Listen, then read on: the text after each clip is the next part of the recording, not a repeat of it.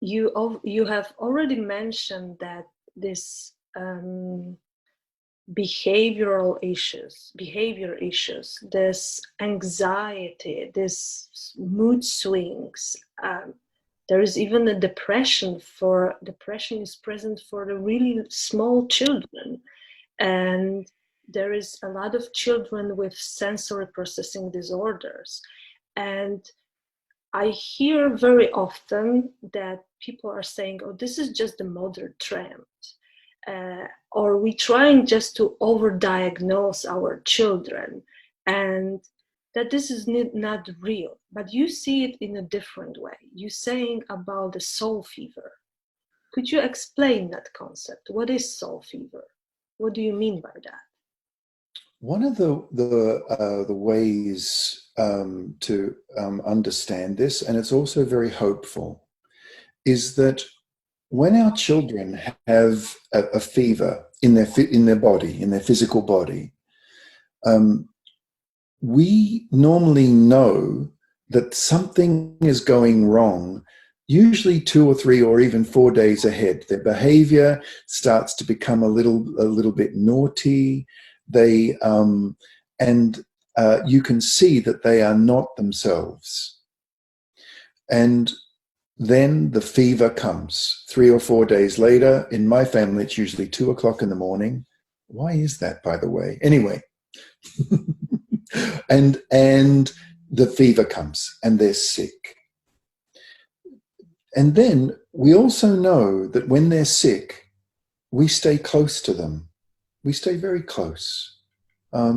We just make sure that they have and we make sure their food is very simple, maybe even just soup or broth, and we simplify the food, and we pull the curtains, and so it's not so bright, and so we simplify the light, and we simplify the noise. We ask the brothers and sisters to quieten down. Well, actually, that usually doesn't work, but we try.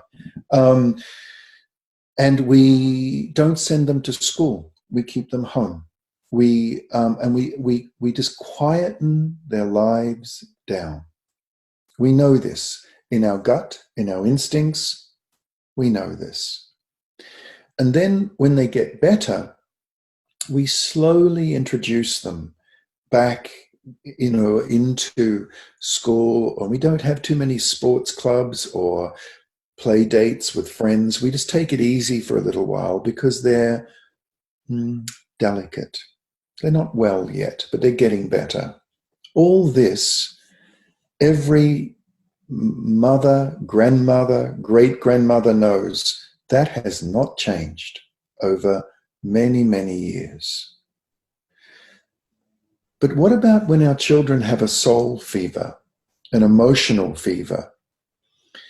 Just as a virus can overwhelm the physical body, what is happening is that life is the pace of life with too much going on, and our children, their emotional body, their emotions, likewise become overwhelmed. And when they become overwhelmed, the soul fever means that we start having behavior that becomes problematic. Their quirk, just the little thing that makes them who they are, the quirk, becomes inflamed. For example, if a child is a very busy child, they can become ADD. If they're a child that likes to have everything lined up and in order, that's a quirk. That's lovely. But if we stress children and keep stressing them with the new normal of too much stress, of bad stress, then that child becomes obsessive and compulsive. If a child is just very feisty, is just a strong character, we have too much stress in their life, and that stress becomes the soul fever. Of that becomes a lot of oppositional, very defiant behavior, and so on and so on. The quirk moves along a spectrum and becomes a disorder. If we simplify a child's life out of the soul fever, and we quieten down, the amount of toys and books, we quieten down the number of play dates, sports, if we quieten down the amount of television and screens, and we give them some time to be a child, just to be a child, then that disorder moves back to being just themselves again.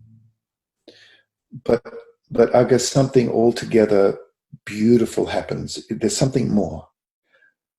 Over now 30 years, I've seen thousands of children, also because of our coaches around the world, move from disorder back to their quirk. But if we keep giving them a simple, balanced life, their quirk becomes their gift. The very same thing that is their disorder, if we give them the gift of childhood, becomes their gift. The very busy child who was ADD, their quirk is busy, but their gift is that they are original thinkers. They are active. They can change things. They can change what's happening at school or with friends at home, but they do it in the right way, at the right time, at the right volume. And so what we do with all, for me, this is very, very hopeful. Many parents have said to me, when we simplify life, we weren't sure whether we should do this, because everyone is living life like this now. But we thought, let's try. So they've tried and they've simplified and balanced the child's life. And they say to me, I feel like I've got my little girl back. I feel like I've got my little boy back again. And it's for me, very moving. It's very beautiful. It never fails to move me when I hear a parent say that. But I've heard many thousands of parents say that they feel like they've got their real child back. And that is because the soul fever has now calmed, and now the child is not in fever, but in flow. Fever and flow. And the choice is ours to make. It's very interesting of what you're saying about this quirk and the spectrum. Like, I have a feeling that these days we tend to think about like ADHD, ADD. We treat it as a disease when it's not really a disease. It's nothing. It's not like something happened to us. We don't catch the disease. It's just, this is the reaction to the environment, to the life around us, right? And it's just like, and it's similar, I think, to children as well as to us adults. This is how we, this is how we react. This is how we're trying to be, I don't know how to say it, just adjust to the reality around us, right? And so instead of giving the pill for so-called disease, we just change the tools to operate within the environment, within our life, which is busy all around. We just choose the different tools. So here is an image that I think helps to explain this. Imagine our child's life is like a lot is coming into them. They go to school, they have friends, they play sports, they, depending on their age, and it's almost like they have a vessel, a cup. And just think, like in this metaphor, that our children are like cups, and life is coming into that cup, all the things coming in. Now imagine a tap, a faucet, and we turn that on, and here is the cup, and life is pouring in, and it's a beautiful thing. It's a good thing. Friends, aunts, uncles, cousins, sports. It's and the child is drinking from that cup and becoming healthy. But what happens when there is too much good stuff? It's all good, and the tap is turned on so hard that the cup can't hold it. And now it starts spilling over the edge. And that spillage, what is spilled over the edge, the child feels almost like they're drowning. The family feels like they're drowning. But that spillage is often what I think of as bad behavior. And we have a choice as parents. Do we spend our life mopping up spillage, or do we turn down the tap? And the choice is ours.